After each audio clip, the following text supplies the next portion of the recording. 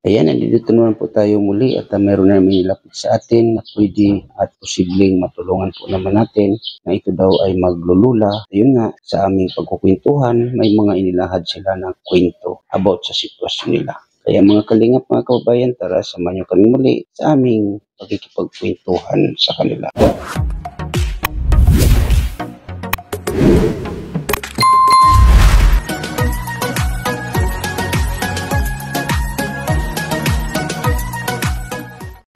So yun po mga kalingap, mga kaibigan, na meron naman tayo muli pupuntahan dito, no? Meron na naman uli nilapit sa atin sa barangay na to. Ito po ay barangay Binisitahan. Kaya mga kalingap, mga kaibigan, tara samahan nyo kami para malaman natin ang sitwasyon nila. Dito po tayo.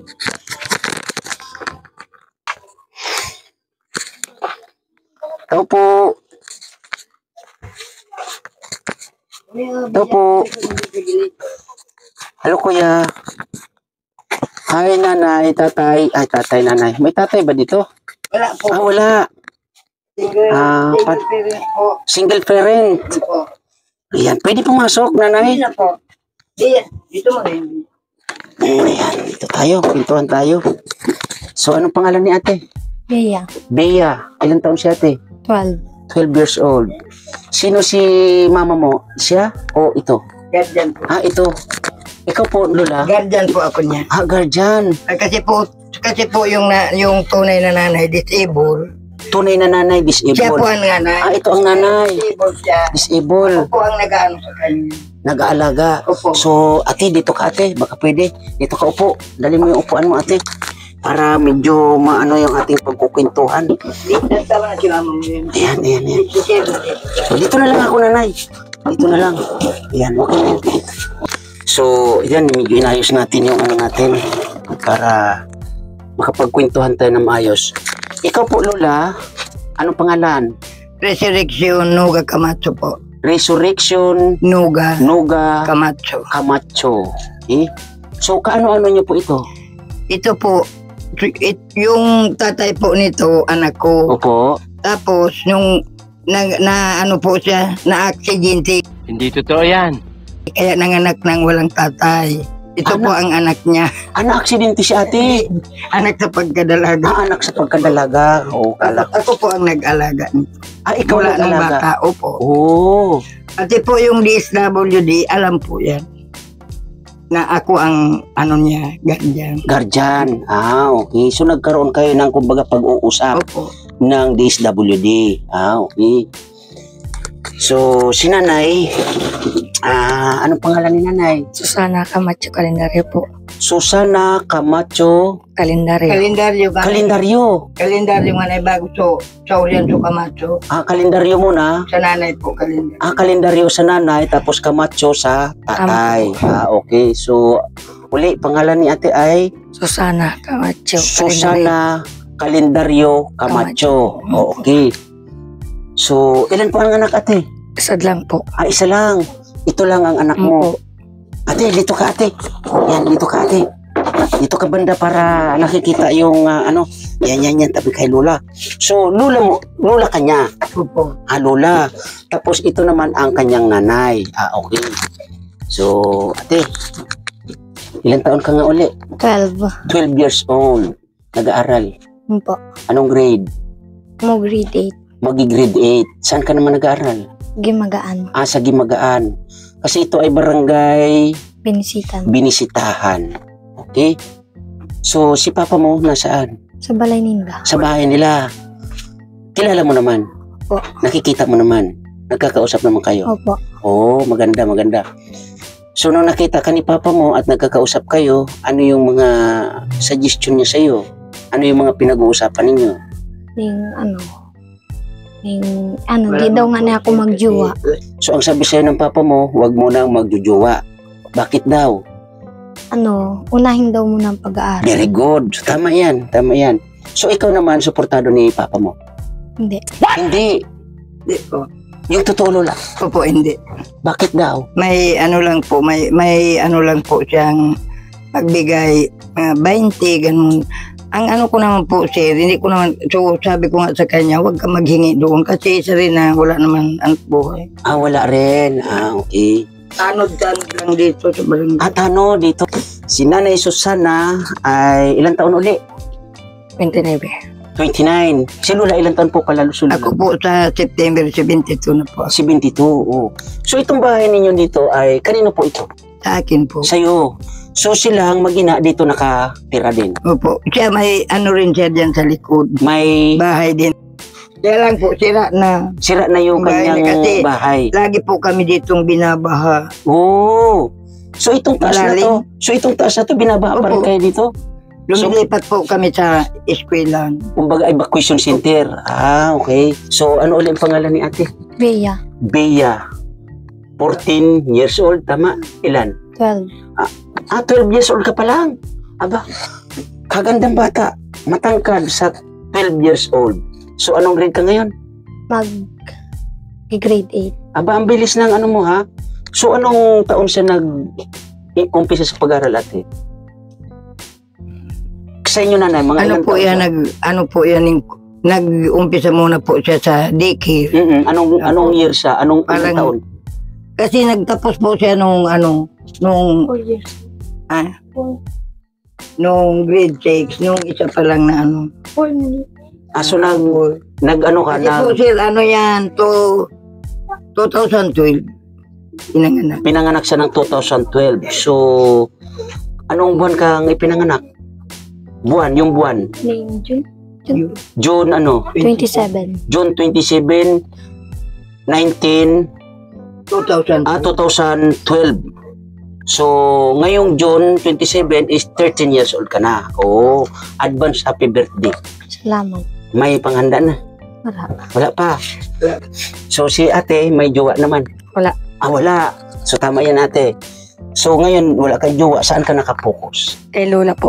Kay Lola tsaka Sa anak ko po. sa anak mo. So, ano yung pangarap mo para sa anak mo? Pangarap ko po saan maging pulis yan. Maging policewoman. So, ikaw, Ate Bea, ano yung pangarap mo at ano yung gusto mong marating?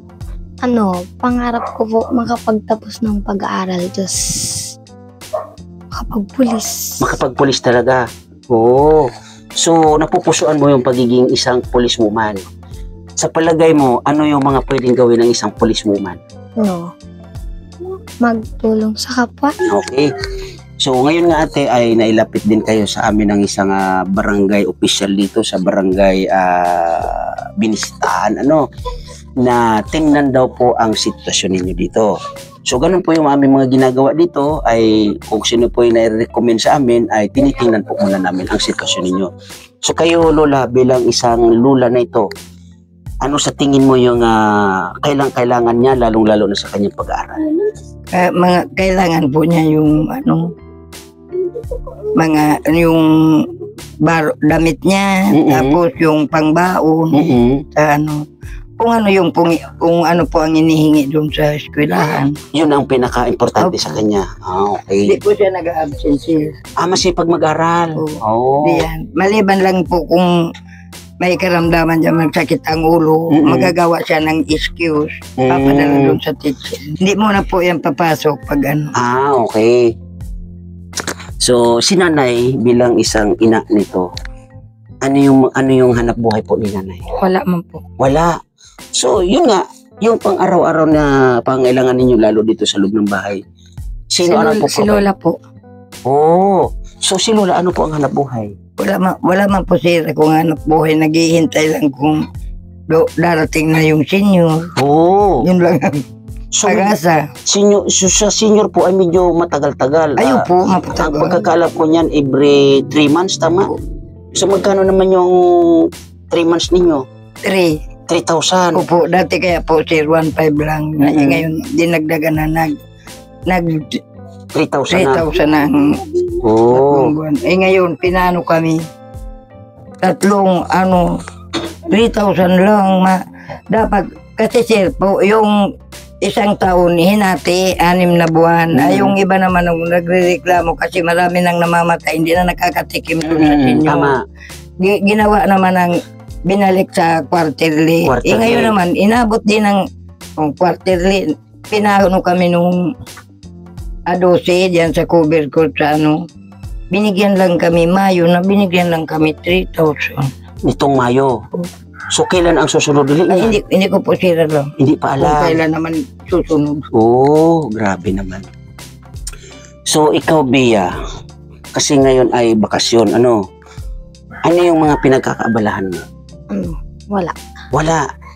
So, hindi ka ba tumutulong or nag-iisip na makatulong kila mama mo at lalong-lalo na konting diskarte para makatulong sa iyong pag-aaral? Di pa po kasi ako pwedeng magtrabaho. Oo, hindi nga pwede pa magtrabaho. I mean, paano yung diskarte ba or tulong kila lula at mama?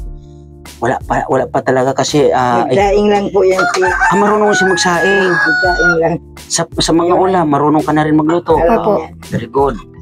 So, yun nga, kasi ikaw ay magte-13 years old pa lang, ano?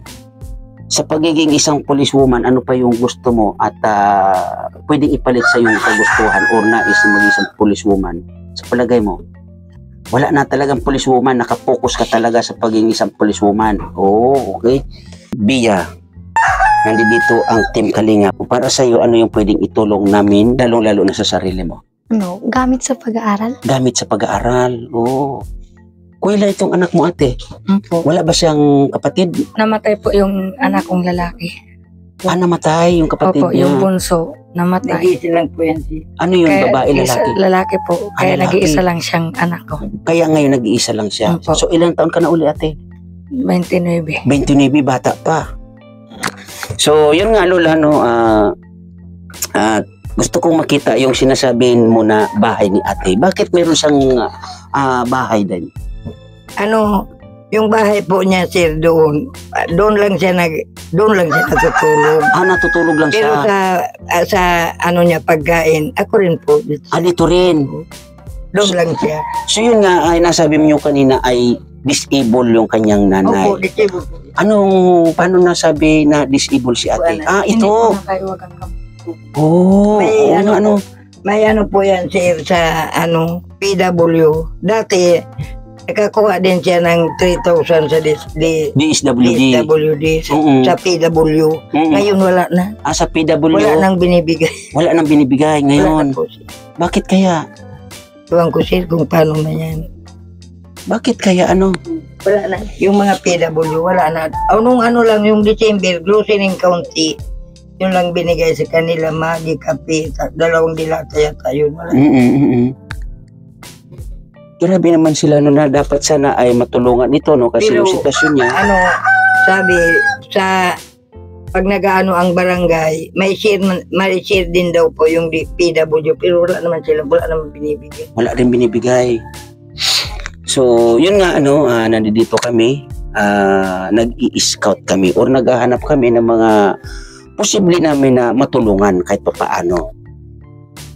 Kasi ito nga si Bea ay isang estudyante mag-aaral na halos kapos. Sa'yo Lola, matanong kita uli, sa palagay mo, yung pangarap ni Bea ay kaya niyang maabot? Sana po kasawa ng Panginoon, matulungan din ako sa ano ko siya sa pag-aaral. Kasi kayo ay 72 years old na, umaasa sa pensyon bilang isang senior citizen. At ayun nga si Nanay Susana. Tama? Nanay Susana. So, sa palagay mo, Ate Susana, itong nag-iisang anak mo, maaabot niya yung kanyang pangarap Yun na naman po pagiging ang isang... po, sana matupad niya po yan. Dahil yan naman ang gusto niyang maabot. Sana awa ng Diyos matupad para makuha niya man po yan. Dahil sa inya man yan. Dahil sa kanya yan. Kasi yun nga ay sa sitwasyon ninyo, ikaw ay isang PWD at si Lola naman ay isang senior citizen at ito nga ay si Bea ay bata pa. Ako bata pa, so hindi pa nga siya pwedeng magtrabaho, no? So gusto ko makita yung bahay mo, ate. Okay lang ba? Tara, tingnan natin. dito. Magkano naman yung ate yung natanggap Ano mo? po, ang pinakang duro-datala po naman kuya naka 3,000 Pinaka medyo malaki-laki ay 3,000. po. So ito po. Kanya lang po yan, sir. Yung anak niya, ako ang Oh. ako nag-aalaga. So yung anak ito si Bia ay talagang ikaw ang nag-aalaga. Ako talaga. Oh. Kaya lang ang ano niya. So Bia, tanongin kita. Kasi sabi ni lola mo, siya talaga ang nag-aasikaso sa'yo. Naalagaan ka ba na mabuti ni mama mo? Kasi natira naman ni lola mo na siya yung nag-aalaga sa'yo. Si, mamay po, nag-alaga sa akin. Mama talaga ang tawag mo sa kanya. So anong tawag mo sa kanya? Mama. Mama din. Mamay sa inya. Mamay doon, sa kanya mama. Anong pagkakaiba ng mamay tsaka mama? Sa inya may YDD warap. Okay. So dapat sana ay lula, no? Pero ang sabi nga ni lola ay sa kanya ka lumaki. Tama ate? Po. Bakit kay lola siya lumaki? Bakit hindi Hindi ko siya? man po kuya masikaso. Siyempre magpunong pagka atas ko, hindi man nakaano baga po sa kamot ko, hindi nakaiwag. Mm-mm. Lula ko po ang ano. Ko po yan, kuya. Nagbutas po siya sa kanunsing bulan. Nagkusa siya. Kumbaga inalis mo siya sa pagdididi sa'yo Nag-ano siya, nagkusa lang. nagkusa siya na umalis. Pinanong lula ko. Kumbaga sa bote na lang. Po. Si Lola ang Po. So akala ko siya ay mama mo. Lula po. Lola pala. So Tatay nasaan ang mama mo? Tatay na. Matagal na pong patay. Yung papa mo, Maynila. Maynila. Po. Nagkatrabaho. Yung papa mo, yun ang anak ni Lola. Opo. Okay. So, may asawa siya doon. Meron po. Mayroon. So, may sarili na rin siyang pamilya sa Maynila. So, ngayon, ikaw na apo ni Lola at ito naman si Bia ay apo sa tuhod na Opo. ni Lola. So, nung ikaw ay lumaki, saan ka? Lula po. Sa Lola na rin. Po. Lula na po nagpalaki sa Apat po amin. yan, sir. Apat po kami magkakapatid. Apat na magkakapatid, 2 babae, 2 lalaki, 2. Yung babae, magkasunod sila, magkasunod naman yung ano. Tawa ng Panginoon po yan napalaki ko. Namatay yung nanay, yung bunso, Mm-mm. 1 taon at 2 buwan. Pinamit ko sila dito kasi namatay yung nanay nila sa Cavite. Ako na nag-alaga, ako nagpalaki. Doon sa apat na magkakapatid nila. Grabe sakripisyo rin pala ni Lola, no? Po. Kaya ngayon, siya naman, pero di bali po, Dito naman sa apo mo sa tuhod, nagpo-focus ikaw. Ako po, sir, nakakuha po ako ng yung pension ko, 3,000. Tapos, ito naman si Bia, sabi sa akin, Mamay, paayos mo yung bisikleta ko. Kasi, magbibisikleta na lang ako pag Pasok sa school. So may bisikleta ka, Bia? Ano yan? Ano yung klaseng bisikleta mo? Pindot po. Ang gastos ko po dyan, yung 3,000 ko na, binili daw ng mga pisa. Ngayon, ayos na yan, ginagamit. Okay na yung bisikleta niya. Okay. Pero binayad ko yung pension. Ay, grabe, no? So, yan po, Lola, no? Kasi kami ay nasa araw ng scouting, ano? So, siguro, baka sa pagbalik namin ay madala namin kayo ng konting pasalubong, ano? At ito nga si Bia ngayon ay sana Bia, yun nga sa kwento ni Lola at yun nga sabi ng mama mo na ganito ganyan siya ay hindi gaanong kasi nga may kapansanan siya, ano? At ate, ano ulit pangalan ni ate? Sana. So, Ate Susana, no? Dasal tayo na kahit papaano mga kalingap, mga kaibigan ay mapaayos ang kanyang munting kubo, ano? Kasi medyo na talaga yung loob din. Yung baha po silang nagtira, hindi naman yan ganyan. So atong tubig na to dito, saan ang gagaling to? Diyan ang po yan, pispan. Pag nagbaha, yung imagaan dito na po. So nakakatakot itong lugar nyo na to, Opo. nanay. Mababa. Ay, grabe, no? So, ganun lang, Ate Susana, ano? Kami ay nasa oras ng scouting ngayon. At yun nga, naghahanap kami ng mga pwede naming tulungan. Kaya siguro sa pagbabalik namin, ay magkakaroon kayo ng konting regalo. At sa'yo naman, Bia, no? Yun lang, tuloy-tuloy lang sa pag-aaral. Sikapin mo na marating yung iyong gustong marating sa pag-aaral mo. Ano man yung hirap na dinaranas mo, dinaranas ninyo na ito nga si lola mo sa tuhod ay sa kanya kayo nakasandal. Salamat nga tayo kasi dalawa lang kayo ang nakasandal kay lola. So, yung mga kapatid nito lola na mga sinasabi mong inalagaan mo dati, may mga pamilya na. Yung dalawang lalaki po sa Maynila. Sa Manila. Minsan nahingi man po nila na magpapadala rin po. Yun. Very good, very Ngayon good. po kuya, may balak ako na papatayo ako dito ng maliit lang na bahay. Andiyan na nga yung mga haligi. Ayun. Tapos, paasintada dito sa baba, mataas, para pag nagbaha, wag na kami magpunta Sa kung saan-saan. Oh. Mayroon na, kaya lang po, kulang pa. Kulang Yan pa. lang, 6 na haligi yan andyan. So, Wala pa akong gagawin. so ito nga lola, dito, sa maliit na halaga, no? Sa maliit na halaga, ano yung pwedeng maging hanap buhay mo dito na kasama itong apo mo at apo mo sa tuhod? Ay, ako po, hermana po ako dito. Ano yung hermana? Yung nagdadasal po. Nagdadasal, okay. Tapos, pag po, mayroon, halimbawa, mayroon namamatay, inaano ako nila, ako ang kinukuha nila magdasal. Magdasal. Yun man po ang aking, So buti lola, hindi nyo naman pinagdadasal na maraming mamatay. Ano ka nasisira, ulo? kumano. Ayaw ko man po. Joke lang po. Opo.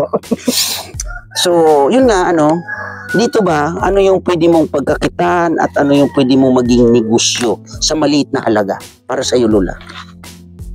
Ano yung gusto mong maging negosyo ba? Yung pwede mong pagkakitaan na aalagaan, na asikasuhin, na sa mga susunod na araw, panahon ay pwede nyo pakinabangan sa inyong tatlo na nandito. Gusto ko sana, sir, magbaboyan. Babuyan. Bawal na dito. O bawal. Para sa tinto. Oo nga. Yung iba, malayo, doon sila Yung manok na 45 days, pwede ba dito? pwede. So, yun po mga kalingap, mga kaibigan sa mga nandito po sa aking premiere, Ito po ay si Bea, si Nanay Susana, at si Lola. Ano pangalan uli? Pigano na lang po ako sa Sioni. Sioni, si Lola Sioni, no? Sana po mabigyan natin ng konting tulong ang pamilyang ito. Lalong-lalo na ito ay isang mag-aaral. At si Nanay Susana naman ay isang PWD.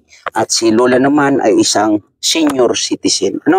Sana po andyan po kayo para makatuwang natin, maging kaagapay sa pagtulong sa mga ganitong sitwasyon. Kaya uli, nagpapasalamat ako sa inyo, sa mga nagiging katuwang natin dito. Unang-una, Ma'am Bertus Woman, Miss Kisnel Channel, Ate Irene DB, Miss Jen Marama, Grady Ares, Miss Maya Vlog, salamat po ng marami sa inyo. I love Chow Chow, Kuya Ronaldo Donicio, thank you po sa inyo.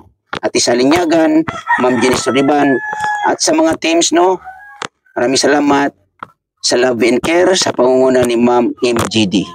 Kasama Ma'am Maritos Umblas, Ate Nora Balbastro, at sa team Tanod, thank you na marami, Ma'am Irma Galo, sa suporta po ninyo. At sa team Gigi Kulits, thank you na marami, Ma'am Genji, sa inyong suporta. At lalong-lalo na sa team Kuroda, maraming salamat, Ate Ana Kuroda.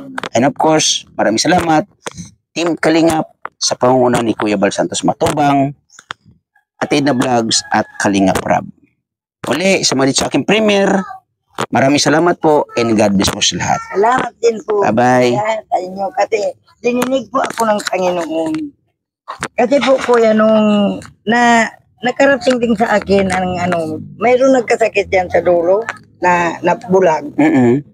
Tapos, may sa akin na binigyan daw ng tulong. Kaso talagang malala. Malala na. Sabi ko po kuya, ay sana Panginoon, makarating din yan sa amin. Ngayon po kuya talagang nakarating. Kaya sabi ko, dininig ako ng Panginoon. Oh. Talagang salamat ng marami sa inyo at sa Panginoon. Yun, sana po po ako. Sana po yung kahilingan ni nanay ay may bigay natin. Kunting punan. So maraming salamat po Salamat lahat. po, kuya. Basta pupunta at babalik po kami dito,